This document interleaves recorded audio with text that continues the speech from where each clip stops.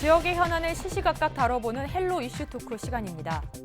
내년 총선이 1년도 채 안 남은 가운데 선거제 개혁안이 도마에 오르며 정치권이 갈등을 빚고 있습니다. 자유한국당을 제외한 여야 4당이 연동형 비례대표 제도에 대해 합의한 상황입니다. 우리 지역의 내년 총선 구도 전망과 남은 과제에 대한 이야기 지금 시작하겠습니다.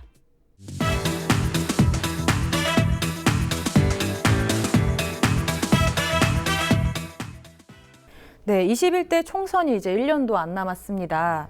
내년 총선이 갖는 의미에 대해서 전반적으로 정리 좀 해주시죠. 예.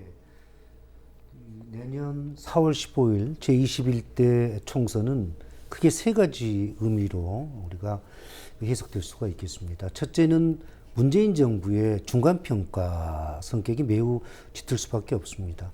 더불어민주당이 승리를 하게 되면 약간의 그 완화적인 부분이 있겠지만 개혁 드라이브 정책을 계속해서 임기 후반까지 밀고 나갈 확률이 높고요. 만약에 야당인 자유한국당이 승리를 거뒀다 그러면 지금까지의 어떤 그 개혁 정책에는 좀 그 궤도의 수정이 필요할 것 같습니다. 레임덕 현상이 굉장히 빨리 찾아올 수 있는 부분이고요. 그러니까 두 번째는 그 자유한국당을 제외한 제3당의 정의당이라든지 바른미래당 그리고 민주평화당의 그 선전의 결과에 따라서 국정 운영이 요동이 치게 될 겁니다. 만약에 현재와 같은 300석 기준으로 해서 연동형 비례제도가 실시가 된다면 정의당이 상당히 많은 그 의석을 확보하게 될 거거든요. 그렇게 된다면 더불어민주당 같은 경우는 정의당과 손을 잡을 수밖에 없을 겁니다. 손을 잡게 되면 많은 경제학자들이나 국민들이 경제 실정이라고 하는 소득주도 성장. 우리나라 같은 경우는 아직까지는 분배보다는 성장에 초점을 맞춰야 됩니다. 현재 우리나라의 전반적인 경제 펀더멘탈을 봤을 때는 그리고 또 최저임금의 급상승. 2년 동안 27.3% 거의 30%가 올랐거든요. 2년 동안 최저임금이.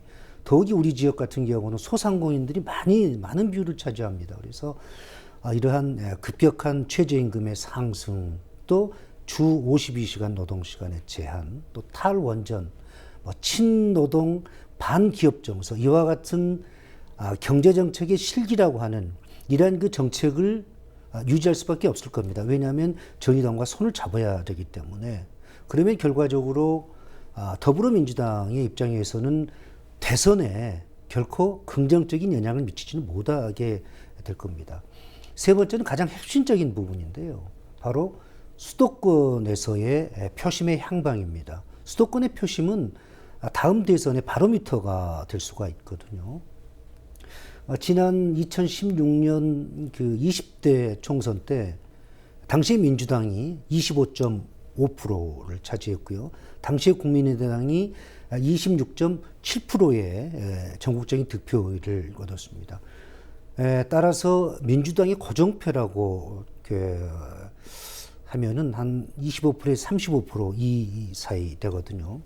지난 그 대선과 그리고 또 6.13 지방선거에서 아주 몰표를 줬었죠. 더불어민주당에. 또, 60%, 70%까지 정당 지지도가 올라갔으니까. 근데 그런 거를 생각하기에는 지금은 매우 어려운 상황이고요.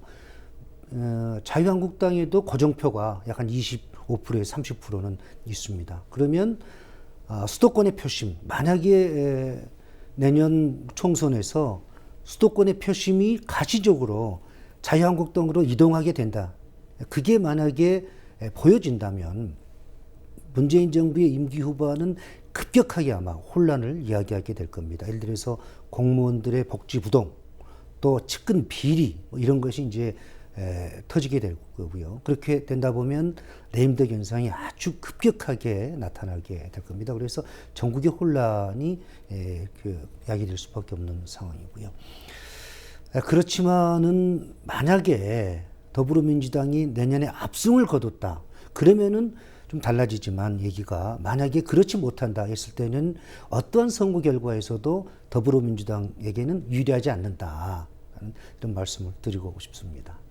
네, 추가적으로 말씀해 주시죠. 네. 그 교수님께서 잘 말씀해 주셨다시피 그 내년 총선은 문재인 정부가 3년 차를 마치고 이제 4년 차 중간 이상을 넘어가는 그 과정에서 있는 선거라서 당연히 그 중간 평가적인 성격을 가질 수밖에 없고 교수님이 자세히 잘 말씀해 주신 대로 뭐 지금의 여당인 더불어민주당이 승리를 한다면 기존에 문재인 정부에서 추구를 해왔던 뭐 탈원전 정책이라든지 그 다음에 지금 한반도 평화 프로세스를 기조로 하는 어떤 외교 정책 이런 것들이 탄력을 받을 수 있을 거라고 생각이 듭니다. 그렇지만은 지난 박근혜 정부의 탄핵 이후에 그 많이 이렇게 쇠락했던 보수 세력, 보수층에 대한 지지 세력들이 지금 최근에는 다시 회복세를 보이고 있기 때문에 어떤 내년 선거는 지금 현 정부 여당에 대한 평가가 또 되는 것이지만은 또 다른 면에서는 보수 세력이라고 불리우는 자유한국당이 얼마만큼 본인들의 지지율을 회복을 할 것인가 그런 부분들이 어떤 그 국민들에게서 아주 복잡하게 그 평가되어질 것으로 예상이 됩니다.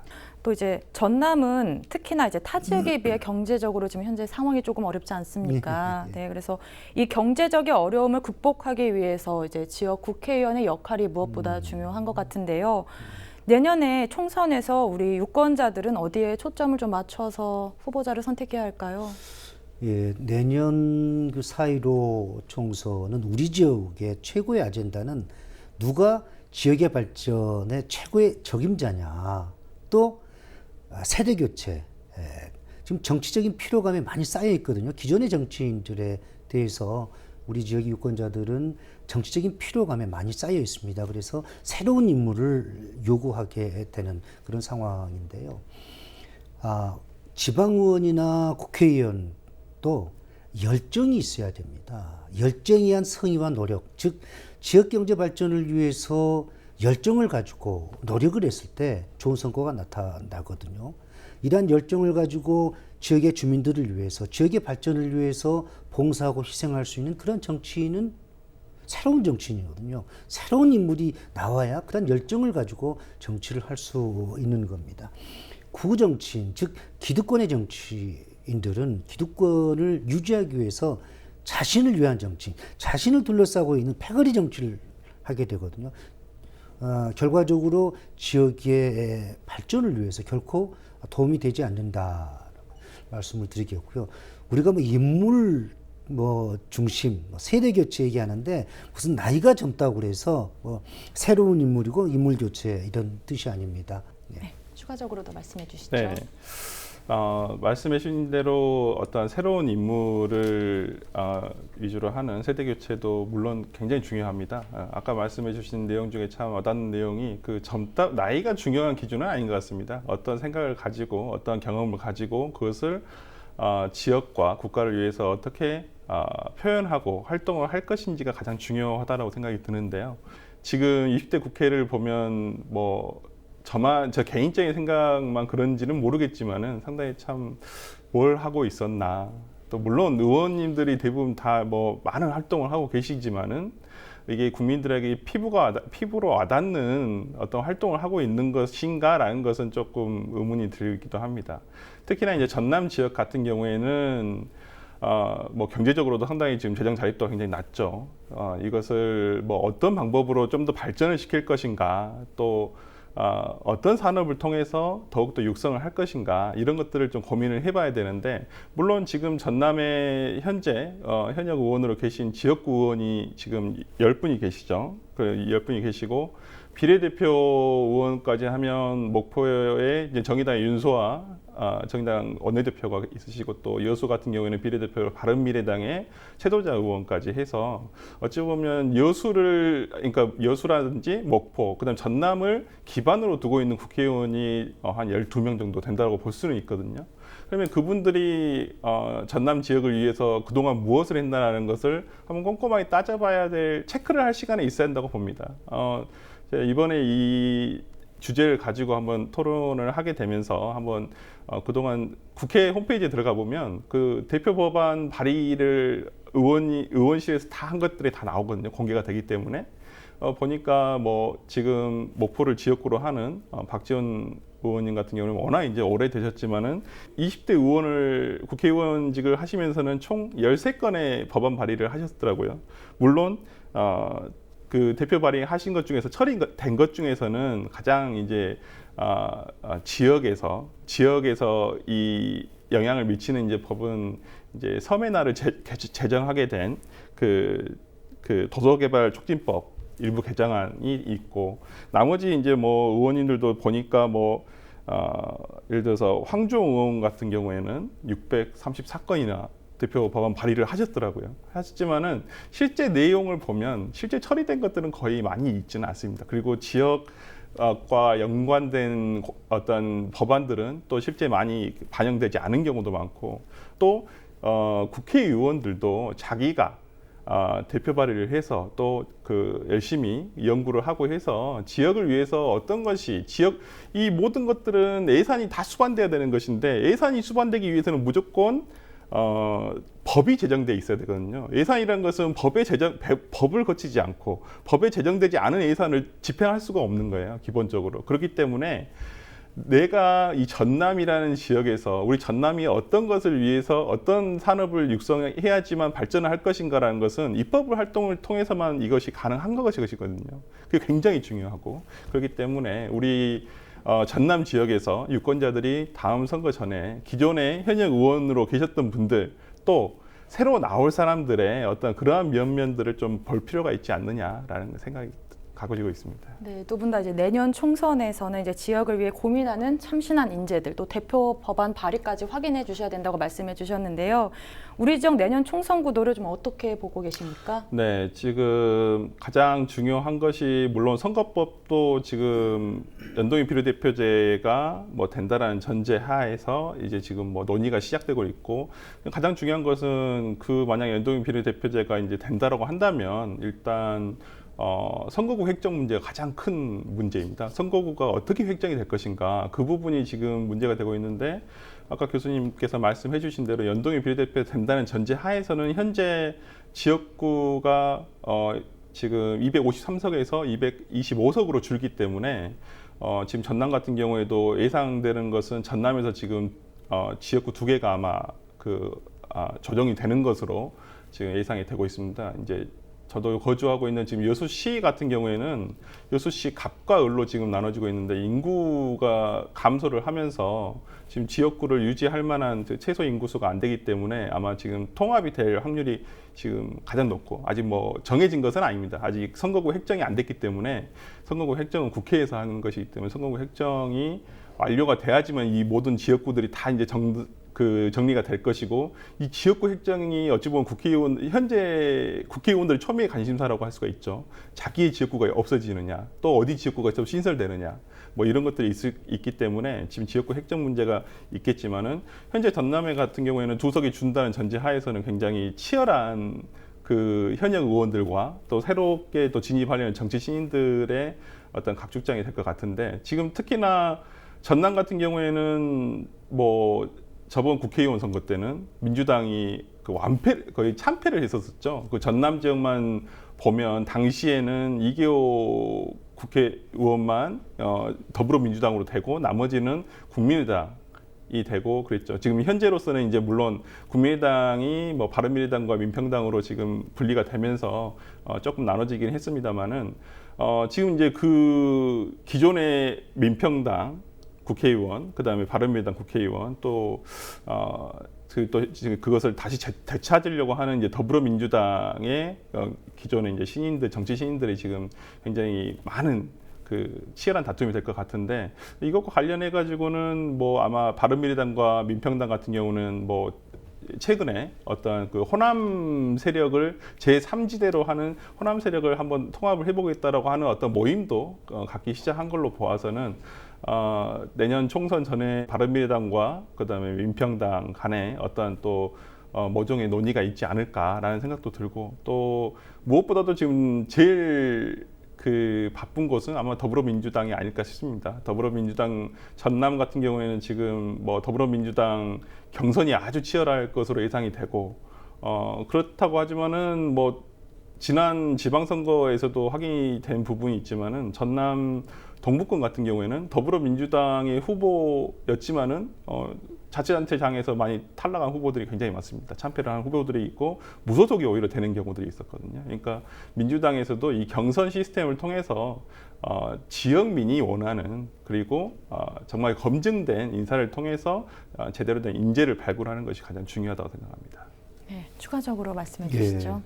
내년 우리 지역의 그 선거구도는 아무래도 더불어민주당과 민주평화당의 양자 구도로 선거가 치루어지게 될 것입니다. 현재 전남의 경우 10석의 국회의원 지역구 의석 가운데서요. 민주평화당이 5석, 그리고 민주당이 2석, 무소속이 2석, 그리고 바른미래당 1석 이렇게 되어 있는데요. 지금으로서는 내년의 선거 결과를 예측하기가 굉장히 어렵습니다. 앞으로 1년 동안 문재인 정부가 어떤 경제 정책을 실행하느냐 여기에 달려서 표의 항심이 표의 그 방향이 바뀐다고 생각을 합니다.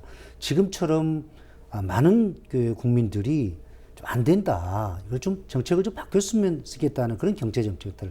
아까 서두에서도 말씀을 드렸습니다만은 소득 유지의 경제 성장 정책, 또 급격한 그 최저임금 상승, 또 주 52시간 노동시간 제한, 또 탈원전, 노동, 반기업 정서, 이와 같은 경제 정책을 계속해서 밀고 나가서 특히 우리 지역 같은 경우 지금도 경제가 굉장히 안 좋지만 지금보다 더 나쁜 상황이 발생이 된다면 지난 6.13 지방선거처럼 더불어민주당의 깃발만 꽂으면 당선된다는 이러한 생각은 조금 위험한 생각이라고, 민주평화당에 대해서는 많은 우리 지역의 유권자들이 정치적인 어떤 피로감을 가지고 있습니다. 또 그 사람이야? 또 저 사람이 국회의원 돼야 돼? 라는 그런 생각을 갖게 되면 새로운 대안을 찾게 될 겁니다. 그렇게 된다면 아마 참신하고 유능한 무소속의 정치 신인들이 생각보다 의외로 많이 당선되지 않을까, 저는 조심스럽게 예견을 해봅니다. 조심스럽다는 표현을 하지만 실제적으로 내년 총선에서 지금과 같은 문재인 정부의 경제 정책이 계속 유지가 되고 경기가 더 나쁜 상황으로 바뀌게 된다면 아마 더불어민주당 후보보다는 또 민주평화당 후보보다는 오히려 무소속의 선전이 더 두각을 나타내지 않을까 그런 생각을 하고요. 중요한 것은 같은 학교를 나왔다고 그래서 고향이 같다고 그래서 무조건적인 지지가 아니고, 특히 또 말을 잘하는 정치인, 행동보다는 말을 잘하는 정치인, 또한 그 과거가 매우 중요합니다. 그 정치인이 과거에 어떤 삶을 살았는지, 과거는 곧 현재의 바로미터가 되는 거거든요. 또한 과거는 미래의 거울일 수가 있습니다. 그래서 과거의 행적 매우 중요한 거거든요. 또한 많은 유권자들이 좀 놓치는 그런 부분이 있는데요. 그 정치인에 대한 그런 연륜도 또 중요하지만 그 사람의 풍부한 그 행정 경험, 이런 부분도 정치 경험뿐만 아니라 행정 경험도 매우 중요하는데 이런 부분을 좀 놓친 것 같습니다. 사실 유능한 정치가는요, 그 행정가이거든요. 행정가 니콜 정치 훌륭한 정치인으로 이렇게 외국에서는 많이 얘기가 되고 있습니다. 따라서 우리 유권자들은 아직 1년 남았습니다. 매의 눈으로 어떠한 정치인이, 어떤 후보자가 우리 지역을 위해서, 또 우리 주민들을 위해서 가장 가장 그 적합한 그 후보자인지 정치인지 잘 판단해서 현명한 선택을 해주시길 간절히 부탁을 드립니다. 네, 이제 총선을 1년 앞두고 이제 수많은 변수들이 내년 총선에서 어떤 결과를 낳을지 이제 지역민들의 이목이 집중되고 있는 것 같습니다. 네, 오늘 이야기 여기까지 나눠보도록 하겠습니다. 두 분 오늘 고맙습니다. 전남 지역의 경제적, 행정적 어려움을 극복하기 위해선 지역 국회의원의 역할이 무엇보다 중요합니다. 유권자들의 소중한 한 표가 부디 헛되지 않기 위해 지역 정치권, 유권자들은 내년 총선을 위한 많은 노력이 필요할 것 같습니다. 지금까지 헬로 이슈 토크였습니다.